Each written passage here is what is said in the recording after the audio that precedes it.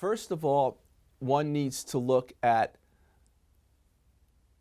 their history, what they've used in the past, because some of them have used other molecules in the past. And then you have to look at, do they have psoriatic arthritis or not? I think that's one of the major bifurcations in treatment options.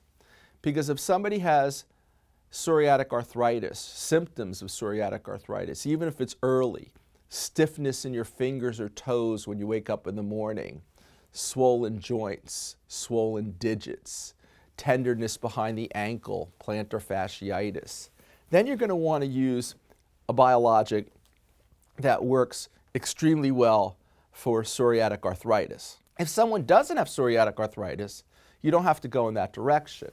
So I said before that phototherapy works well. It's safe. You have to come in 3 times a week for 12 weeks, so it's a burden. It works 75% of the time, and if after 12 weeks, 75% of the time you might be clear, and it keeps you clear for about 75% of the time between 6 months and a year. So if you do the math, 0.75 times 0.75, it works 50% of the time. So it's safe. There's no increased risk of skin cancer with narrowband UVB, but it doesn't help your arthritis at all. And about 1/3 of people have really bad psoriasis in their scalp, and it doesn't get into the hair, past the hair, so it doesn't help your scalp. So you could help their body, but they're still scratching all night long, so you didn't do them a big favor. If somebody has really bad scalp involvement, or, for instance, inverse psoriasis under the arms, under the breast, and the groin, where light treatments might not work as well, biologic agents might be a better option.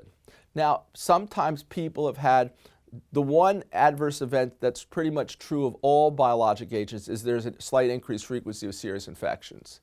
So if somebody has a recurrence of infections, if someone is an uncontrolled diabetic, if someone is elderly and at more risk of infections, you might back off on utilizing a biologic agent, at least from the very beginning. There's certain adverse events that are true of certain biologic agents and not of others. For instance, with TNF inhibitors, there's an seemingly possible increased risk of demyelinating diseases like Bell's palsy, multiple sclerosis, Guillain-Barré, transverse myelitis. So you'd shift to something else like ustekinumab or possibly Cosentyx. If there was an increase in history of congestive heart failure, that's also symptomatic, probably a relative contraindication with a TNF inhibitor. So you'd go to a non-TNF inhibitor. If somebody had Hep C, for instance, though, there's pretty good data with TNF inhibitors that they're pretty effective and safe as long as you monitor viral load.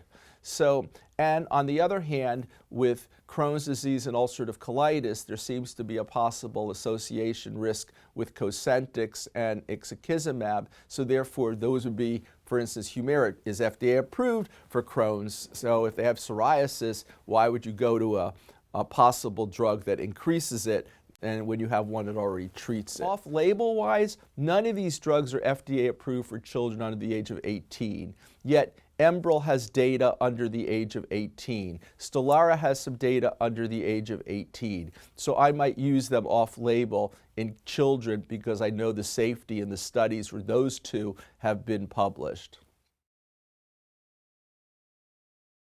You need to clearly know the adverse event profile of the individual. And also, you know, as I said, there's an increased risk of serious infections. Now, the increased risk of serious infections is not like tenfold. Let me put it in perspective. The average person in a clinical trial is 47 years old. And so we're looking at placebo versus drug. If you take 25 people on a biologic agent for 5 years, so you're going to look at 25 47-year-olds for 5 years, 2 of them are going to get an infection that requires a systemic antibiotic, such as a pneumonia or a cellulitis. If you take 25 47-year-olds for 5 years that are not on a biologic agent, 1 of them gets an infection. So it's a twofold risk, but it's not like a big number. The malignancy risk. If you take 32 47-year-olds on a biologic agent for 5 years, one of them gets a malignancy. If you take 32 47-year-olds and watch them for 5 years, one of them gets a malignancy. So there seems to be no increased risk of malignancy. However, there's controversial risks of lymphomas and leukemias because, again, we have a disease with billions of T cells in your dermis, so there can be an aberrant clone resulting in a malignancy. So, obviously, if you have a history of lymphoma or leukemia, I'm not putting you on a biologic agent. In fact, if you have a family history, close member with lymphoma or leukemia, I try to avoid it. I do avoid it as a first-line treatment. I'll try something else. The same is true for, like I said, with demyelination. If you have a demyelinating disease or a first close relative with it, I'm not going to use a TNF inhibitor. Crohn's disease, a family history or personal, I'm not going to use an IL-17 inhibitor.